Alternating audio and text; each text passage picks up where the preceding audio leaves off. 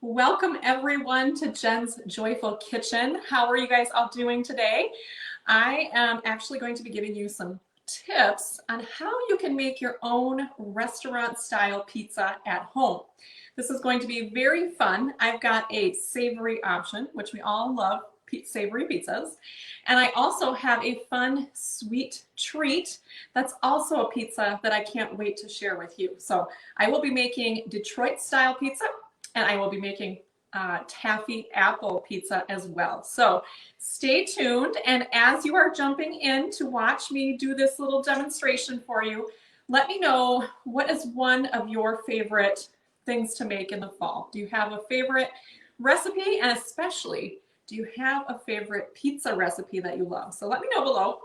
I'd love to know what some of the variety of things you like to make are. So I'm Jen Haugen. I am a registered dietitian, and I'm also a Pampered Chef consultant. And so I'll be sharing with you my top favorite tools that I use to make homemade pizza in my kitchen, both sweet and savory. So let me know what you think as I'm sharing along. So I believe, as I was growing up, we always had a weekly pizza night. It was Sunday night, and it was the only time that we could actually have soda as well, which I was actually grateful now that I look back that I wasn't drinking soda all the time. And so I believe that every home should have a weekly pizza night because it really brings that tradition alive, like, oh, every Friday night or every Sunday night we do pizza. So let me know, do you already have a pizza tradition in your house? So I'm going to be showing you, I know sometimes it's really easy to pull out a frozen pizza out of the freezer, but I'm going to show you how to make a Detroit style pizza in our cast iron pan. So if you've never had Detroit style pizza, it's kind of like a thicker crust, and you kind of build it backwards, but it is so, so good. And you can make whatever kind you like as far as toppings. I'm just going to do a traditional like pepperoni and cheese type style, but you'll see how that comes together. So, and then if you've ever had Taffy apple pizza, that was one of the first recipes I ever made from Pampered Chef, well, like more than 20 years ago. And I'm bringing it back because now is a great time. We've got apple season, and it's really just a fun way to try something new with apples. So let's get started. And I'm going to show you first the Detroit style pizza. We're going to get that going first. So I've already got my oven preheated to 500 degrees. So no, you're not self-cleaning your oven. You're actually going to cook in there. So make sure you don't have any crumbs in the bottom of your oven. That's a quick little tip for you because they will kind of really char. Okay, so I've already got that going. And then the second thing is you want to actually build your pizza crust. So this is one of my tips for making a homemade restaurant style pizza at home. Now I did this ahead of time, so I'll grab that in just a moment, but I want to show you how easy it really is to make your own homemade crust. You probably have a lot of these ingredients already in your house, and it starts with just the dry ingredients. So I've got some flour, and then I've got some salt and some sugar and some yeast. So really easy. And then we're just going to mix these together. Now this is a great spot to also add a little seasoning. So you could do like Italian seasoning, you could do everything but the pizza seasoning, which is one of my favorite Pampered Chef seasonings. So I'm just going to sprinkle a little bit of that in here. It just gives it a really good flavor. Also gives it some good color too. So we'll just do a lot of, oh my goodness, I can already smell it. Okay, so we've got that. And then what we're going to do is we need some very hot water. So I'm just going to let that run a moment. And we also need a little drizzle of olive oil. So just like a tablespoon of olive oil. I'm using the garlic infused canola oil, which is from our Pampered Chef pantry. So that is really delicious. And then we're going to need, it's got a little bit bubbly there. Just a touch of that out. We don't want it too much water because then it won't come together that well. Okay, so 3/4 of a cup of water, hot water. And the reason for that is because that is going to be what activates the yeast. So you need to make sure it is really nice and hot. And then we just stir this together. And you can see it comes together really quickly. And it's going to look a little crumbly, and that is okay because what's going to happen is you're going to turn this onto a floured surface. just like I have right here. This is my classic batter bowl, by the way, so this is a really great bowl for mixing doughs like this. So I love it because it's got the measuring marks on the side, it's got a nice pour spout, and then it also can even go in the oven. So if you've ever made like a doll cake, you could use this, or if you wanted to make a doll cake, you could do that. Okay, so we have this, and then what you're going to do is you're going to sprinkle it just with a little bit of flour so that it doesn't stick to your hands. And this is where the kneading part comes in. So you're just going to knead it just like this. And kneading is so, like, I think almost therapeutic. You can just kind of turn it and fold it over and keep turning it, folding it over. So it's really, really easy. So you would do that for just a few minutes until it all comes together in like a nice little ball of pizza dough. So I've already got one ready to go. Once you actually have that ball of pizza dough, you actually need to let it rise. Now, when you let dough rise, like on your countertop, it can actually catch drafts from the air movement in your house. The temperature is not stable, so the best way to actually proof your dough, rise your dough, is using the quick cooker. There's actually a proof setting right on it, so you can quickly set it and forget it.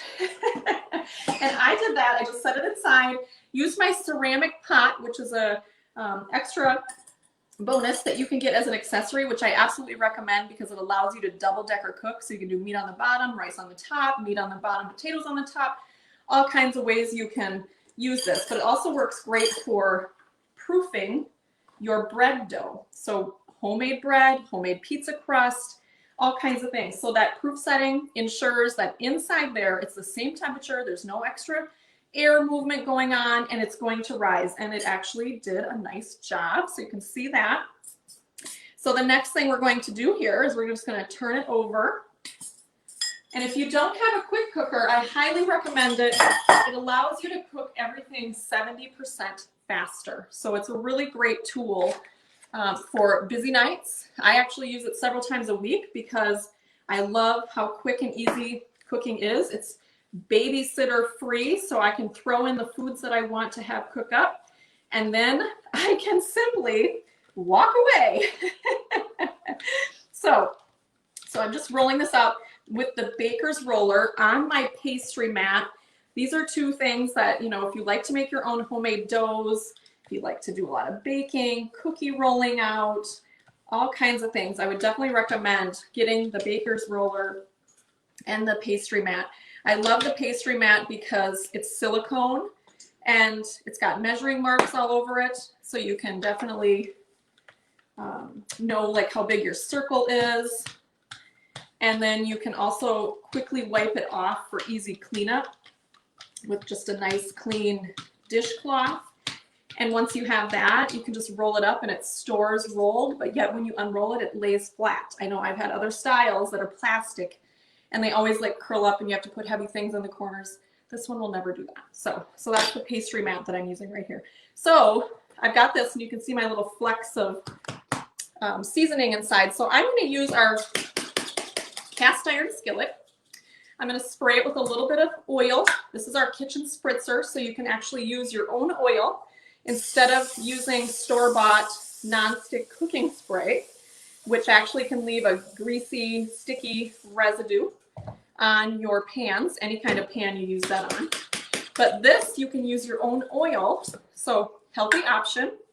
Refill it when you need to. I'm going to just put a little bit more in here. And it just pumps to get the air so that you can then spray it out. So we've got this ready. I am going to, let's see here. Yep, just want to make sure I got that. I am going to just put this right in the pan and just kind of make it so it fits. Looks really good, like it already is. This is the 12-inch cast iron, by the way. We also have a 10-inch, and we also have cute little 5.5-inch. So let me show you how cute these are. Like you can get these as a set. And would that be fun to have like little personal pan pizzas? That's kind of what I think of as Detroit style pizza. And then you take this little extra tool on the back of your baker's roller and we're just going to prick the dough. And we're going to cook it. This is going to be weird for you, maybe. It was for me when I first tried it, on the stovetop for just 2 to 3 minutes on high heat. So I'm going to do that right now. And what we're looking for is actually the dough to just kind of rise and kind of puff a little bit. You don't need to burn it or cook it all the way. We just want it to kind of just start the process. So why that's important, the cast iron really offers that opportunity to get that crispness to the dough. So that's what I really like about the cast iron. And you'll also see that we have it. So I showed you the 12-inch. This is the 10-inch. And then I showed you the 5.5-inch little minis. These can go, the cast iron can go anywhere. You can use it on the stovetop, use it in the oven, use it on the grill, use it over the fire pit. You can use it in all those different types of places. It's going to last a lifetime. It's also very easy to clean up. And here's another great thing I love about our cast iron is that it comes pre-seasoned. So no more do you get it and you're like, oh my goodness, how am I going to even start cooking with this? You actually can start cooking with this right out of the box, which I think is the best thing.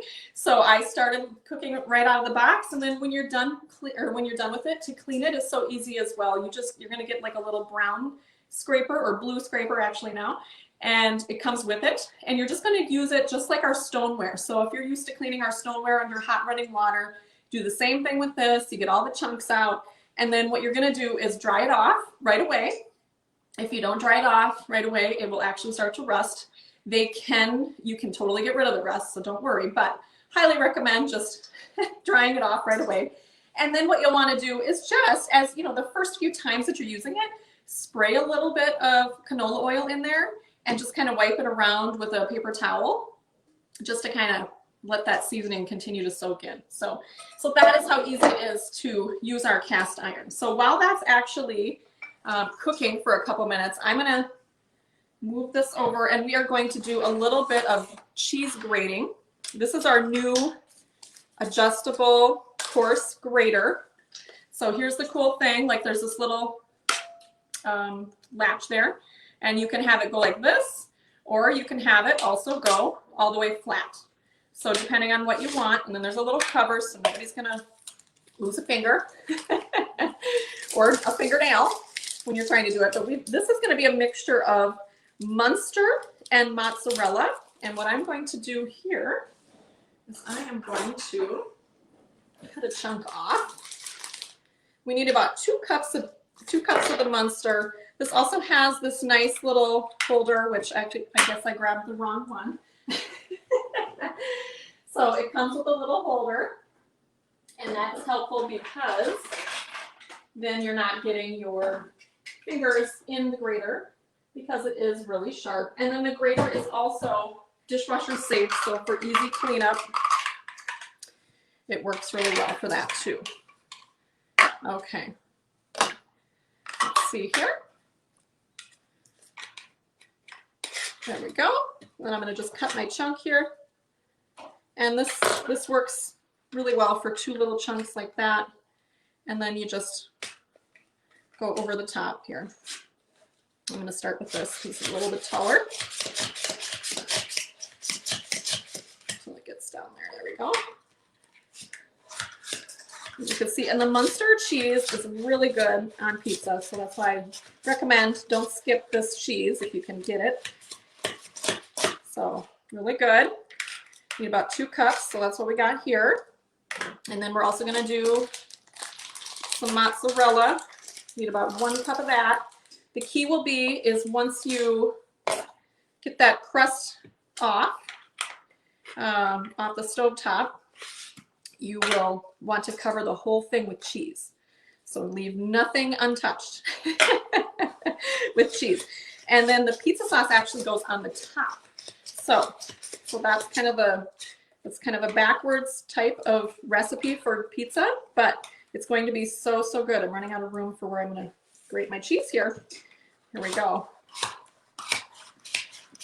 So this is that adjustable coarse grater. It folds flat, so you can put it right inside your drawer.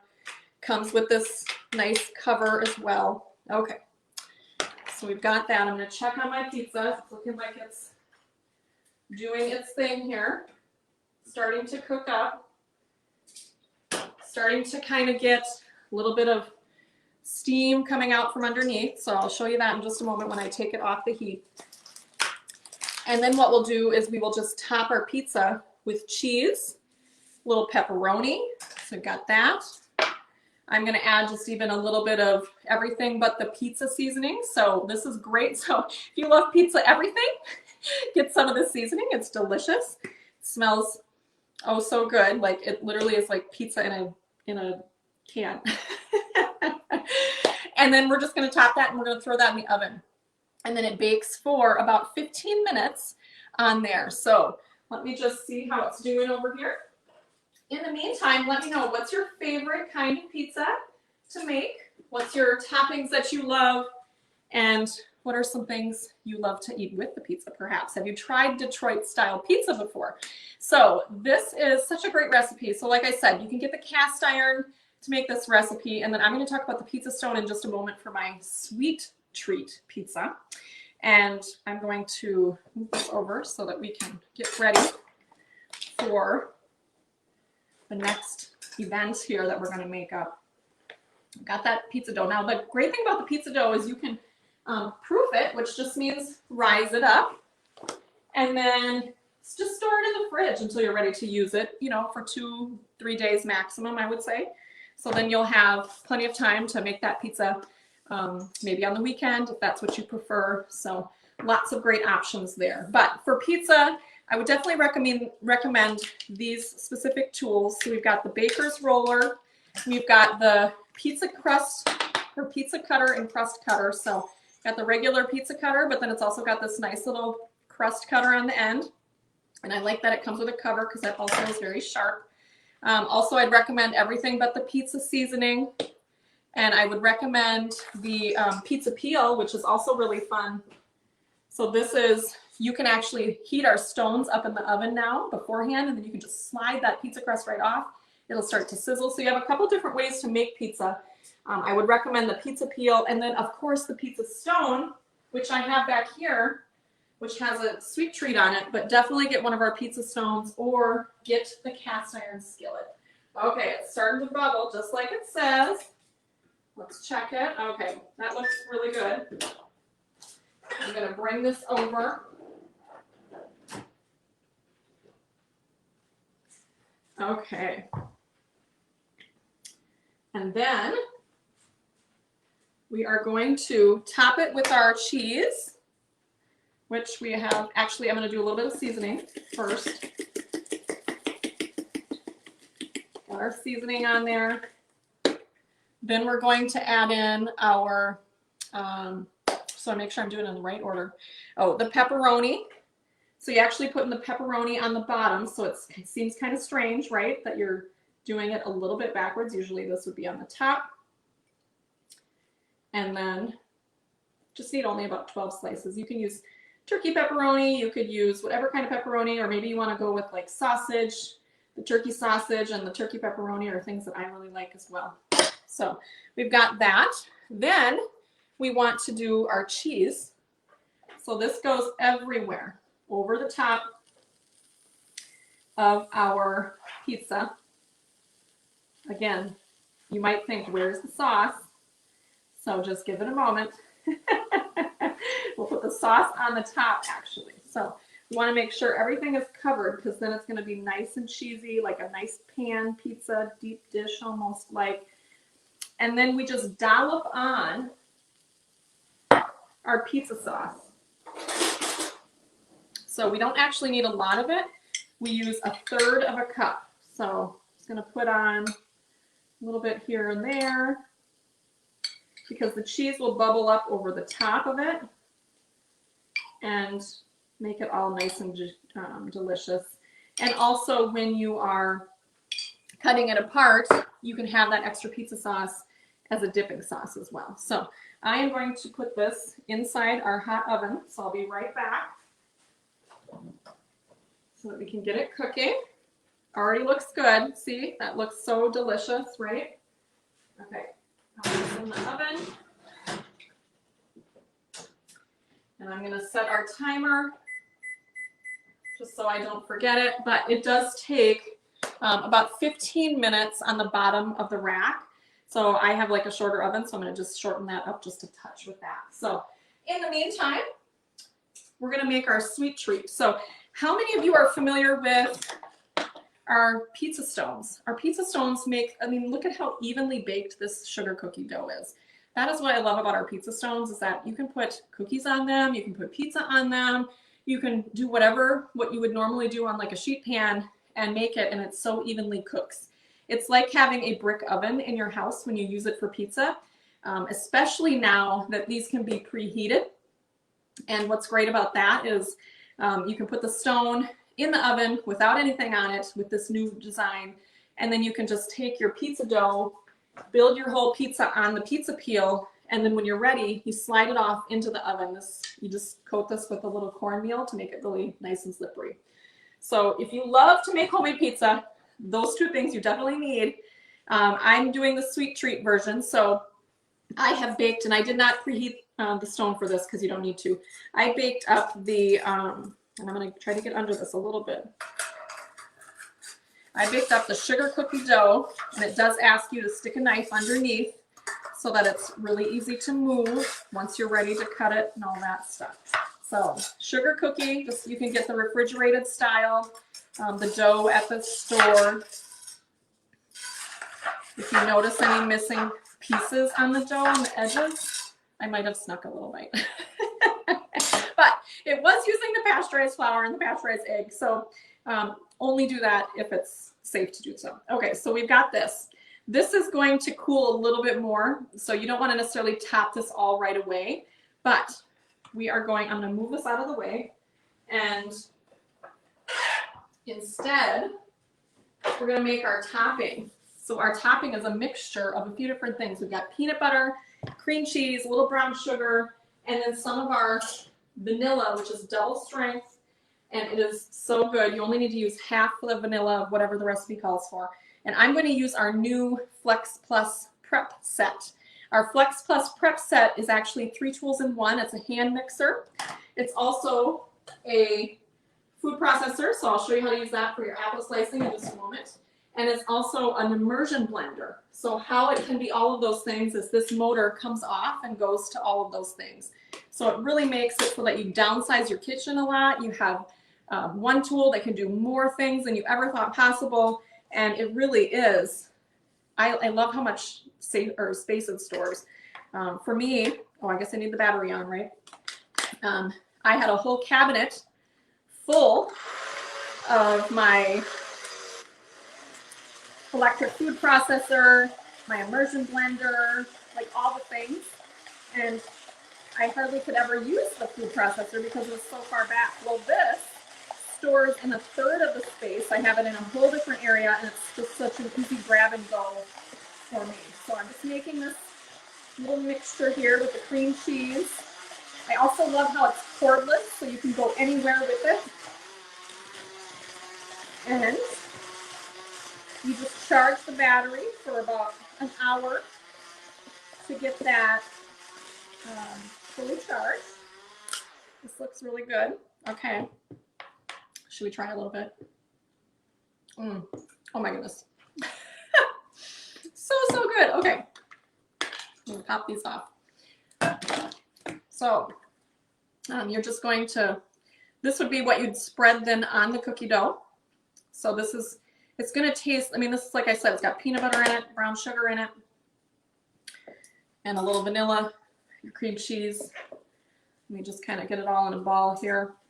But that does such a nice job of mixing it together. And this is our new plastic mixing bowl. So this is a great addition to our line as well. So that is our topping. And then we just need to cut our apples. So let's do that. Same process with using the Flex Prep. So this is the food processor, and look at how cool this is. So I just have these in here for storage right now, but we've got a shredding blade, so you can do all kinds of like cabbage and things like that. Let's see here. I pushed this down too far. I'm going to use my towel. Sometimes I pushed it a little bit too far down. There we go.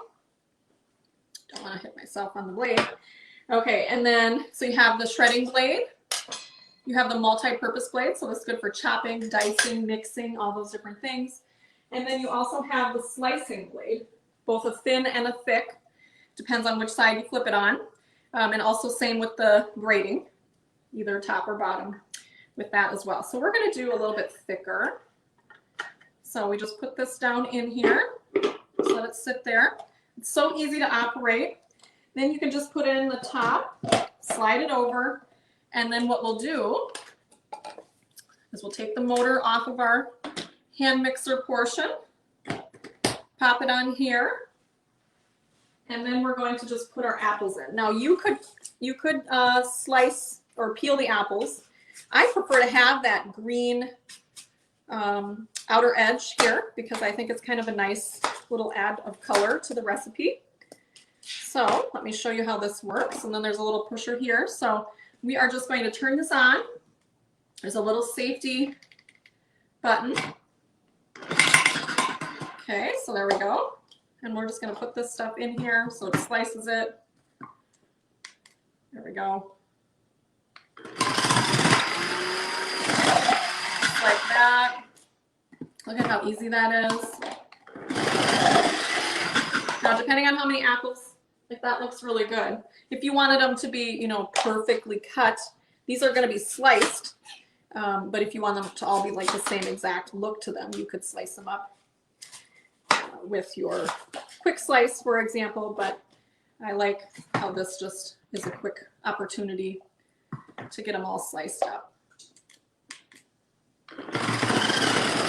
Just like that. Also does a really nice job grating your cheese.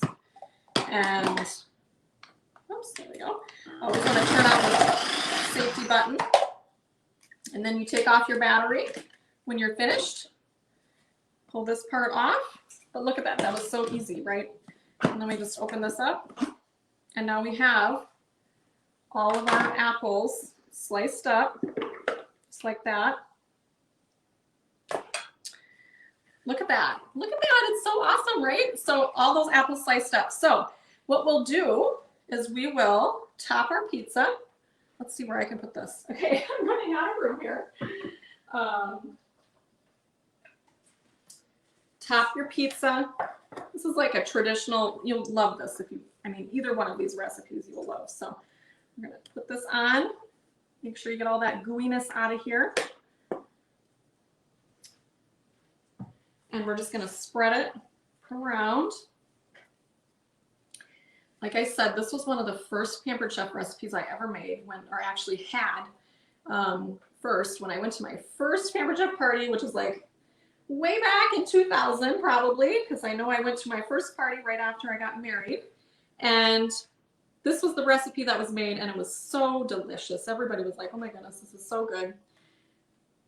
It's really nice for entertaining or just making a fun treat for the family.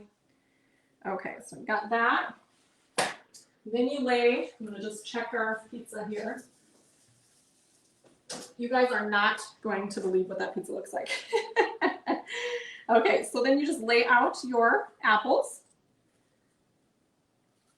And this makes a nice like little pinwheel shape. So see, I guess, you know, I didn't even have to tell you that you could do them by hand, because still the Flex Prep will make them all look the same thickness because of the blade. This is just fantastic. So you can lay them all out. This would be fun to make with your kids too. So if they love making recipes in the kitchen, this would be really fun to make. And then there's a little ooh la la at the end. So you have a little topping, an extra little bit of topping here in just a moment. But see how I like that green color that really pops out. And then we'll do a little bit of peanuts with our food chopper. This is the honey roasted. We'll do just a little bit more, I guess. Okay. And you sprinkle that over the top of this. So you have, oh, deliciousness here. Doesn't that look good? And then you can take just a little bit of caramel syrup and drizzle that over the top. Okay, so how many of you would love that? Check it out, it looks so good. Okay, let me grab, whoa, that is really hot, okay. My silicone mitt.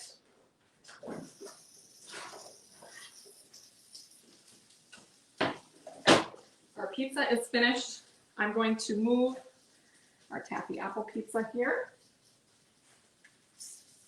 off to the side so that you can see how this came together. Make sure there's room. It is a really hot pan.